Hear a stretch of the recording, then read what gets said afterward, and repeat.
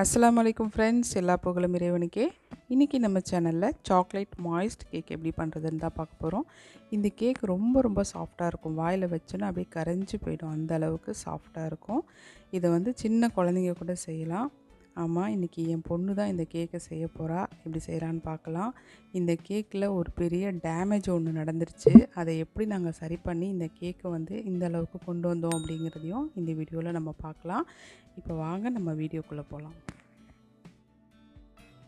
முதல்ல மாவு பொருட்களை நம்ம மெஷர் பண்ணி அதை சலித்து எடுத்துக்கலாம். அதுக்கு ஒரு பவுலில் ஒரு வடித்தட்டு வச்சுட்டு அதில் 1.25 கப்பு மைதா மாவு எடுத்துக்கணும்.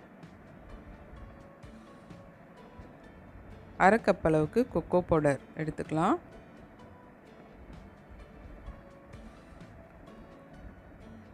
1/2 டீஸ்பூன் அளவுக்கு சோடா உப்பு.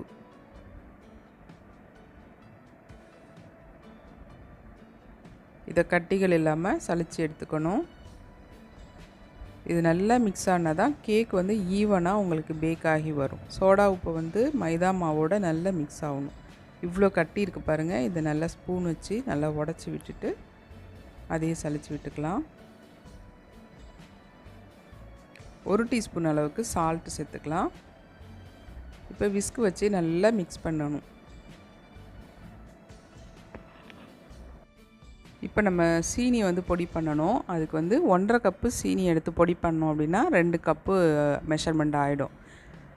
நமக்கு வந்து மொத்தமாக இதில் 2 கப்பு சீனி சேர்க்கணும். சேர்த்து நல்லா பொடி பண்ணிவிட்டு இந்த மாவோட மிக்ஸ் பண்ணிக்கலாம். சீனி வந்து முழுசாக சேர்க்காதீங்க, அப்போ சீக்கிரமாக வந்து கரையாது. அரைச்சி சேர்த்தோம் அப்படின்னா சீக்கிரமாக கரைஞ்சிரும். ஏன்னா நம்ம இதை பீட் பண்ண போகிறது இல்லைல்ல, விஸ்க் வச்சு மட்டும்தானே மிக்ஸ் பண்ணிகிட்ருக்கோம். என் பொண்ணு கேக் செய்கிறதுக்கு ரொம்ப ரொம்ப ஆர்வமாக இருக்கிறா.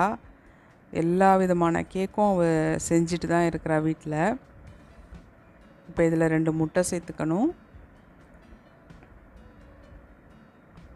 அவளுக்கு ஒரு தடவை கூட ஃப்ளாப் ஆகலை கேக்கு.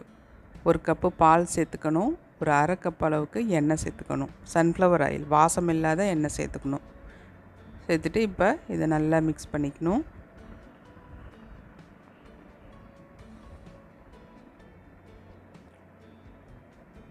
இப்போ வந்து இதில் 2 டீஸ்பூன் அளவுக்கு வெனிலா எசன்ஸ் சேர்த்துக்கணும் ஃப்ளேவருக்காக.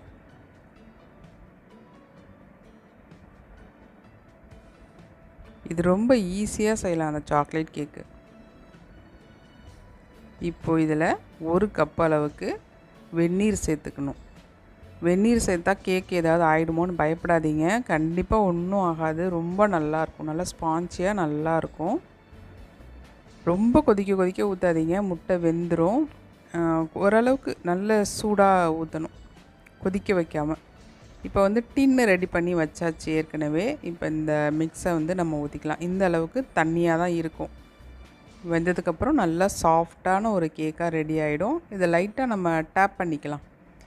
பபுள்ஸ் நம்மளுக்கு தேவை தான், அதுக்காக ஓவராக வந்து டேப் பண்ண வேணாம். சும்மா லைட்டாக 2 தடவை தட்டினா போதும். இப்போ நம்ம அவனில் ஒரு 45 நிமிஷத்துக்கு வச்சு எடுத்துகிட்டு வந்துடலாம்.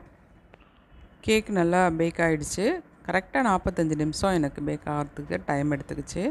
ஒரு குச்சி விட்டு பார்க்கலாம் நடுவிலலாம் வெந்திருக்கான்னு. பாருங்கள், ஒட்டாமல் நல்லாவே வந்திருக்கு. இது நல்லா ஆறட்டும்.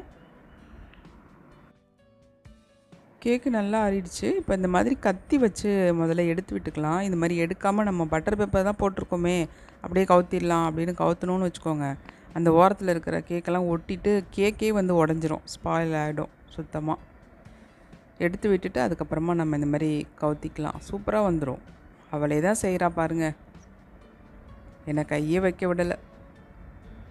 எவ்வளோ அழகாக வந்துருச்சு பாருங்கள்.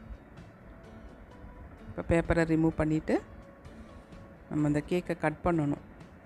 கொஞ்சம் ஜாக்கிரதையாக தான் இந்த கேக்கை ஹேண்டில் பண்ணணும், ஏன்னா ரொம்ப சாஃப்டாக இருக்கும். கேக் செஞ்சு முடிச்சிட்டா இப்போ வந்து கனாஸ் பண்ண போகிறான். அதுக்கு வந்து 200 கிராம் விப்பிங் க்ரீம் எடுத்துகிட்டு அதில் வந்து சாக்லேட்டை நம்ம உடச்சி போடணும்.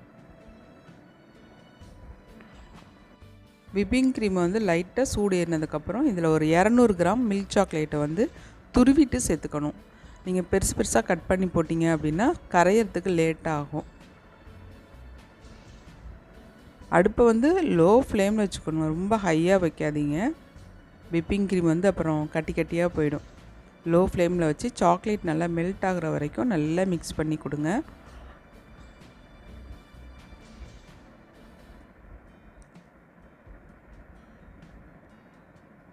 நல்லா அந்த சாக்லேட்டெல்லாம் ஸ்பேச்சுலா வச்சு நல்லா உடச்சி விட்டுட்டு மிக்ஸ் பண்ணிகிட்டே இருக்கணும். இப்போ ஓரளவுக்கு நல்லா கெட்டியாகிடுச்சு பாருங்கள். இது பார்க்குறதுக்கு இப்போ தண்ணியாக இருக்கிற மாதிரி தான் இருக்கும். ஆறுனதுக்கப்புறம் கெட்டியாக ஆகிடும். இது வரைக்கும் நல்லா தாங்க போய்கிட்டு இருந்துச்சு.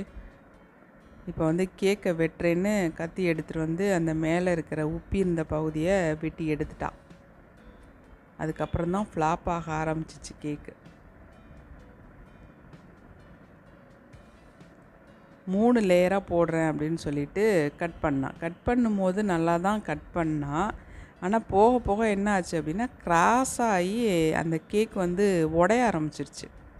அவளுக்கு ரொம்ப ஆர்வம் ஜாஸ்தி. சரி செய்யட்டும் அப்படின்னு நானும் விட்டுட்டேன். அதுக்கு மேலே அவளால் முடியல.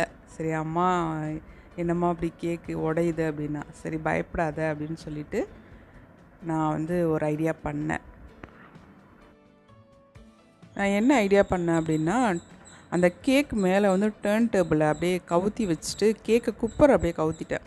அவள் வெட்டினதை அது மேலே வந்து டர்ன் டேபிளை வச்சு அது மேலே அப்படியே வந்து குப்பரை கவுத்திட்டு அதை 2ஆக நான் கட் பண்ணிட்டேன். ஏன்னா நம்ம வந்து கட் பண்ண பீஸை எடுத்தோம்னா கேக் வந்து அதிகமாக வேஸ்ட் ஆகும். 2வது வந்து நல்ல லெவலாக இருக்காது கீழே இருக்கிற கேக்கு. அதுக்காக இந்த மாதிரி 2ஆக நான் கட் பண்ணி எடுத்துட்டேன். கீழே அவள் வெட்டினது அப்படியே தான் இருந்துச்சு. பரவாயில்ல அப்படின்னு சொல்லிட்டு. ஏன்னா நம்ம குழந்தைங்க வந்து ஒரு தப்பு செய்யும்போது நம்ம வந்து இப்படி செய்யுமா அப்படின்னு நம்ம சொல்லி கொடுத்தோம் அப்படின்னா அந்த பிள்ளைங்க எடுத்துக்கும். ஆரம்பத்துலேயே நம்ம வந்து தடை போடக்கூடாது. நீ செஞ்சால் சரியாக வராது அப்படின்னு சொல்லிட்டோம் அப்படின்னா அந்த குழந்தைங்களுக்கு ஆர்வமும் போயிடும். அடுத்த தடவை நம்ம செய்யணும் அப்படின்னு தோணாது. இந்த மாதிரி தட்டி கொடுத்து நம்ம வேலை வாங்கினோம் அப்படின்னா அந்த குழந்தைங்க வந்து ரொம்ப ஆர்வமாக செய்வாங்க. இந்த மாதிரி ஓட்டையாக இருக்கணும்.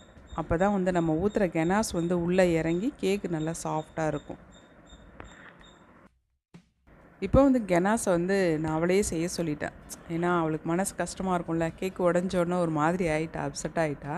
பரவாயில்ல நீ இன்னே செய் அப்படின்னு சொல்லிட்டு அவள்கிட்டே கொடுத்தேன். அவள் தான் கெனாஸையும் வந்து ஃபில் பண்ணா. அதில் நல்ல எல்லா இடத்தையும் நல்ல ஸ்பூன் வச்சு தடவி விட்டாச்சு. அப்போ தான் நல்லாயிருக்கும் கேக்கு. ரொம்ப நல்லா இருந்துச்சு. ரொம்ப டேஸ்ட்டு வந்து வேறு லெவலில் இருந்துச்சு. கேக்கோட மேலேயும் தூக்கி வச்சு அதுலேயும் நம்ம கெனாஸை ஊற்றி ஃபில் பண்ணிடலாம். இந்த மாதிரி ஓட்டையாக இருக்கும்போது தான் அது நல்ல உள்ளெல்லாம் இறங்கி கேக்கு வந்து ரொம்ப டேஸ்ட்டாக இருக்கும். சாப்பிடும்போது அட்டகாசமாக இருந்துச்சுங்க கேக்கு. நான் கேக்கே சாப்பிட மாட்டேன். ஆனால் நான் நிறைய கேக் எடுத்து சாப்பிட்டுட்டே இருந்தேன். அவ்வளோ டேஸ்ட்டாக இருந்துச்சு. நீங்கள் ட்ரை பண்ணி பாருங்கள். உங்களுக்கு ரொம்ப பிடிக்கும் இந்த கேக்கு. நல்ல சைடெல்லாம் வந்து கெனாஸை ஊற்றி நல்லா கேக்கை ஃபுல்லாக அந்த சாக்லேட் கெனாஸை வச்சு மொழிகியாச்சு. இப்போ வந்து இது உடஞ்ச கேக்குன்னு சொன்னால் யாராவது நம்புவாங்களா? அவ்வளோ சூப்பராக வந்திருக்கு பாருங்கள். அவள் தான் எல்லாமே செய்கிறா. இந்த சாக்லேட்டை வந்து ஓரத்துலலாம் நல்லா அப்ளை பண்ணிவிட்டு அப்புறமா நம்ம கட் பண்ணுறதை பார்க்கலாம். இப்போ கேக்கை வந்து என் பொண்ணு தான் கட் பண்ணுறா. இது உடையாமல் நல்லாவே செட் ஆகிடுச்சு அந்த கெனாஸ் ஊற்றுனதுக்கப்புறம். ரொம்ப நல்லா இருந்துச்சுங்க. நான் திரும்ப திரும்ப ஏன் சொல்கிறேன் அப்படின்னா இந்த டேஸ்ட் அந்த மாதிரி இருந்துச்சு. நாக்கில் அப்படி ஒட்டிக்கும். கண்டிப்பாக நீங்களும் உங்கள் வீட்டில் இதை ட்ரை பண்ணி பாருங்கள். உங்களுக்கும் பிடிக்கும்.